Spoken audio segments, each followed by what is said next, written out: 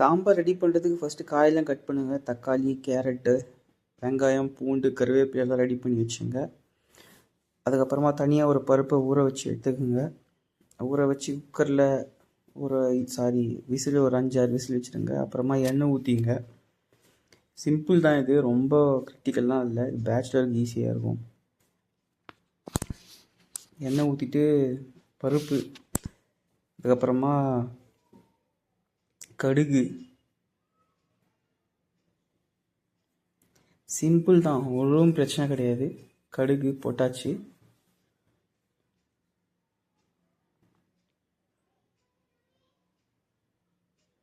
கடுகு பொரிஞ்சு வரட்டும்.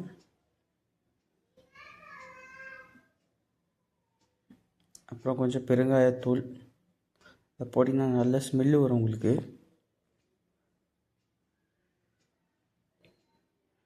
அப்புறம் காஞ்ச மிளகாவை ஃபஸ்ட்டே போடாதீங்க, கருகிடும். இதெல்லாம் பொரிஞ்சோடனே லைட்டாக போடுங்க லாஸ்ட்டாக. அப்புறம் பூண்டு,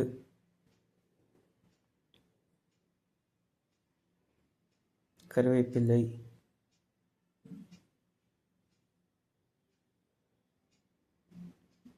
அப்புறம் நம்ம கட் பண்ணி வச்சிருந்த வெங்காயம்,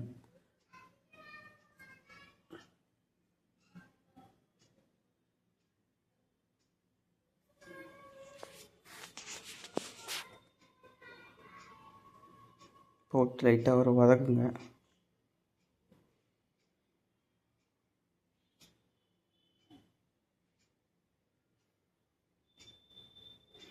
அப்புறம் கொஞ்சம் உப்பு, நான் கல் உப்பு போட்டிருக்கேன், நீங்கள் கல் உப்பில் சால்ட் உப்பு போட்டுருங்க.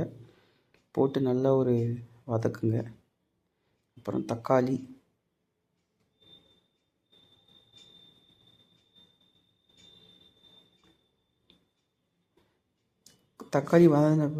வதங்கின பிறகு காயெல்லாம் போட்டுருங்க.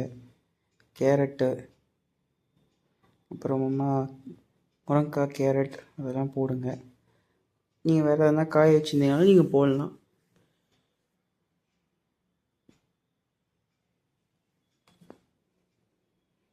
எக்ஸாம்பிள் கத்திரிக்காய், உருளைக்கிழங்கு அந்த மாதிரி காயெல்லாம் போடுங்க.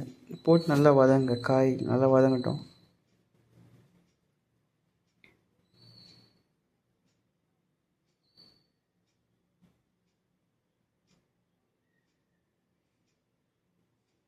அப்புறமா இதுக்கு ஒரு side dish, simple side dish தான். ஒரு பன்னீர் பேக்கெட்டை எடுத்துங்க. இந்த மாதிரி கட் பண்ணிங்க. கட் பண்ணி சைடில் பார்த்தீங்கன்னா மசாலா ரெடி பண்ணிக்கோங்க.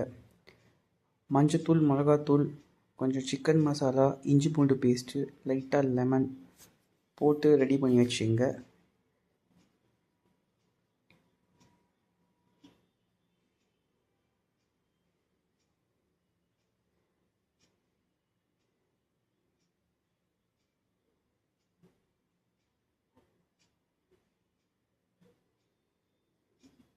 ஃபஸ்ட்டு மசாலாலாம் ரெடி பண்ணி வச்சுக்கோங்க. இது ரொம்ப சிம்பிளஸ்ட் வே இந்த பன்னீர் செய்கிறது. அதோட பெரிய இதெல்லாம் கிடையாது, சிம்பிள். ஃபிஷ் ஃப்ரை பண்ணுற மாதிரி தான் இதுவும் வரும். இந்த பன்னீர் நல்லா கோட் பண்ணிடுங்க.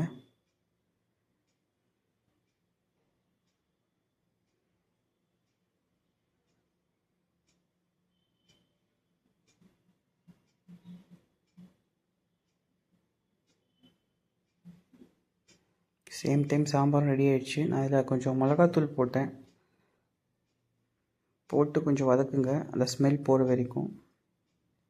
அப்புறம் பருப்பு, இந்த பருப்பும் புளியும் ஆல்ரெடி குக்கரில் வேக வச்சு எடுத்தாச்சு, ஒரு 4 விசில்.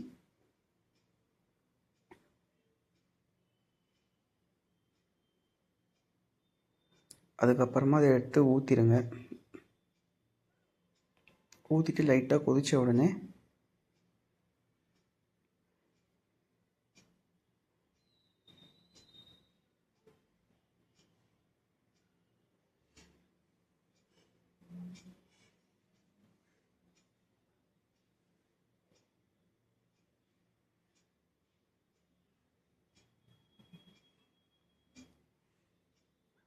கொஞ்சம் கொதிக்கிட்டோம்.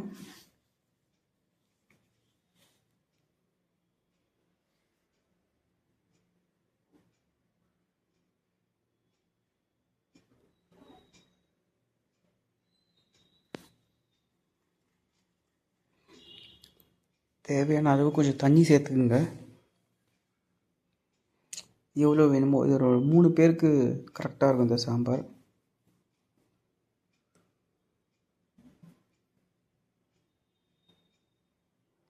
சாம்பார் ரெடி ஆகிடும். ஒரு குக்கர் போட்டு விசில் ரெடி பண்ணுங்கள். சேம் டைம் இதுவும் ரெடி ஆகிடுச்சு, மேக்னேட் பண்ணியாச்சு.